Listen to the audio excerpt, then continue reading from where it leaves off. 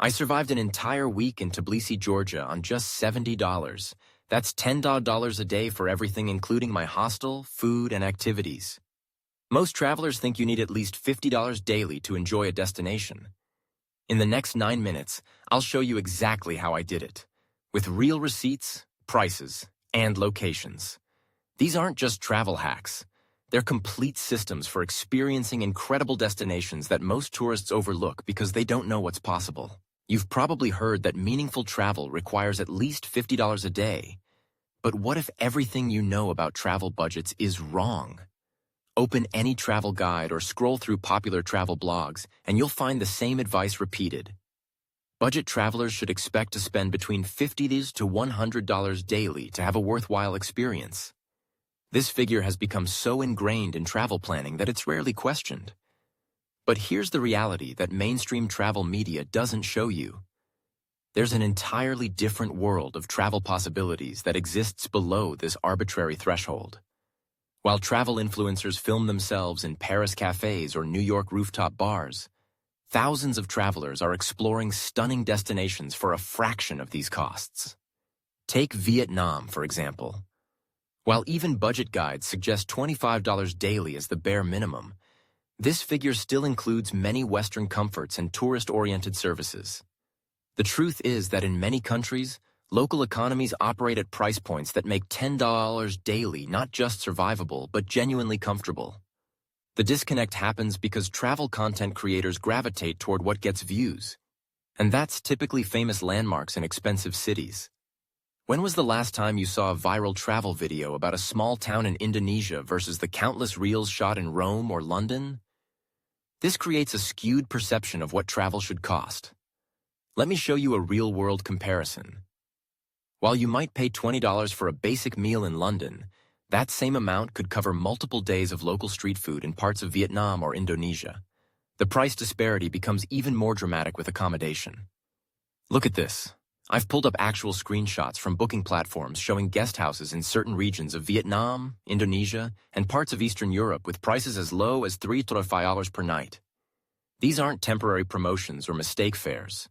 They're the standard rates that locals and savvy travelers pay regularly. So why don't more travelers take advantage of these opportunities? The barriers are rarely financial, but psychological. There's the fear of language barriers making navigation impossible. Concerns about safety in less touristed regions. Worries about discomfort without Western amenities. But these fears often evaporate upon arrival, replaced by the discovery that human connection and authentic experiences don't require a premium price tag. In the coming sections, I'll show you specific destinations where your $10 can stretch remarkably far. Places where that budget doesn't mean making painful sacrifices, but rather opens doors to experiences that high-spending tourists rarely encounter.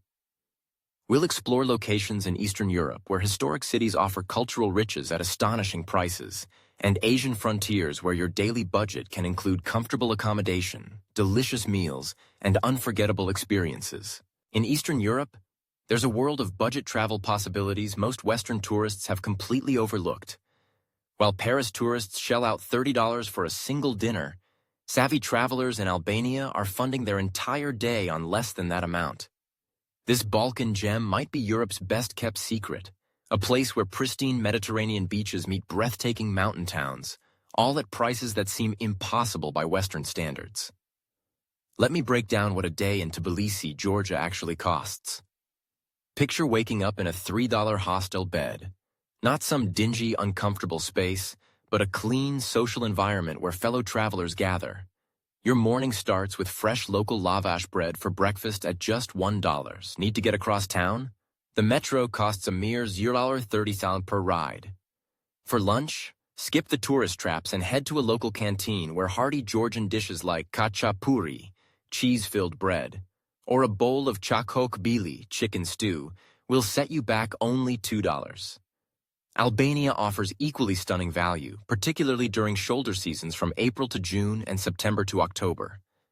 During these periods, shared accommodations in charming coastal towns can drop below $5 per night. Yes, you read that correctly.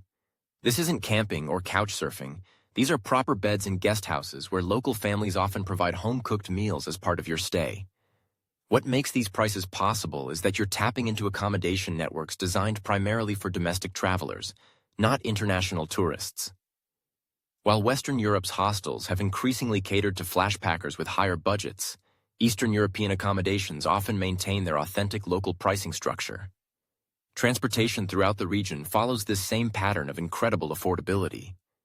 The backbone of Eastern European budget travel is the Marshrutka system. Shared vans that connect towns and cities for just $1–2 per journey. These informal networks go where trains don't, reaching remote mountain villages and coastal hideaways that remain untouched by mass tourism. For the culturally curious, these countries offer abundance without the price tag. Tbilisi boasts free walking tours through its charming old town with its distinctive wooden balconies.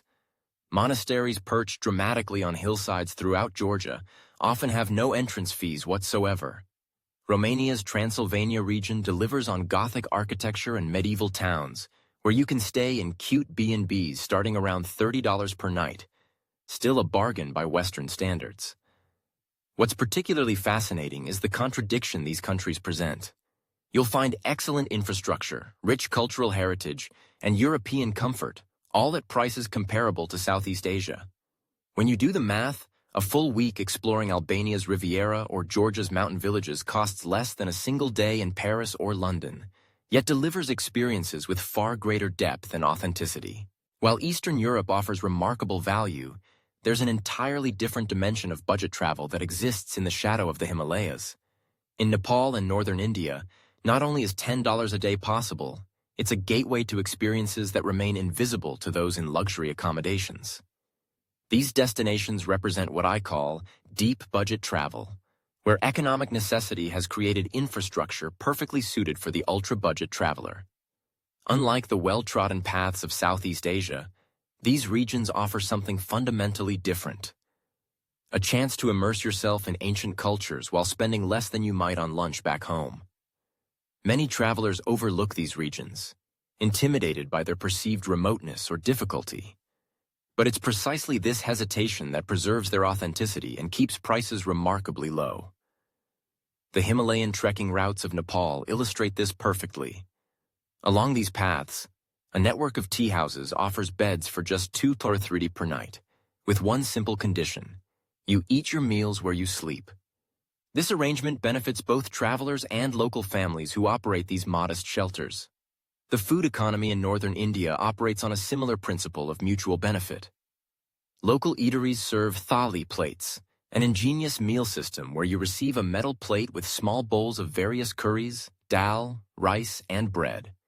For under $1.50, these meals are often all you can eat, with servers continuously refilling your bowls until you're satisfied. This system allows travelers to experience the rich diversity of regional cuisines while keeping food budgets remarkably low. Getting around these regions costs a fraction of what you'd expect. Nepal's overnight buses connect major destinations for just $3–5, while shared jeeps tackle more remote mountain routes for $2–3 per journey. These transportation networks weren't designed for tourists. They evolved to serve local populations, which is precisely why they remain so affordable. For those willing to engage more deeply with local communities, the volunteer exchange system offers another dimension of budget travel. By providing just 2 to 3 hours of English conversation practice or basic assistance each day, travelers can secure free accommodation in certain guest houses throughout northern India. This arrangement creates meaningful cross-cultural connections while eliminating your largest expense. Consider this sample itinerary. Starting in Varanasi, India's spiritual heart, you could spend 3 days exploring ancient ghats and temples while staying at a riverside hostel for $3 nightly. From there, an overnight bus to Rishikesh, $4, places you in the yoga capital of the world, where ashrams offer meditation sessions for donations.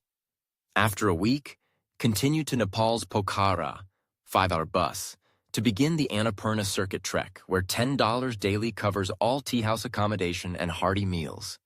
Subscribe for more.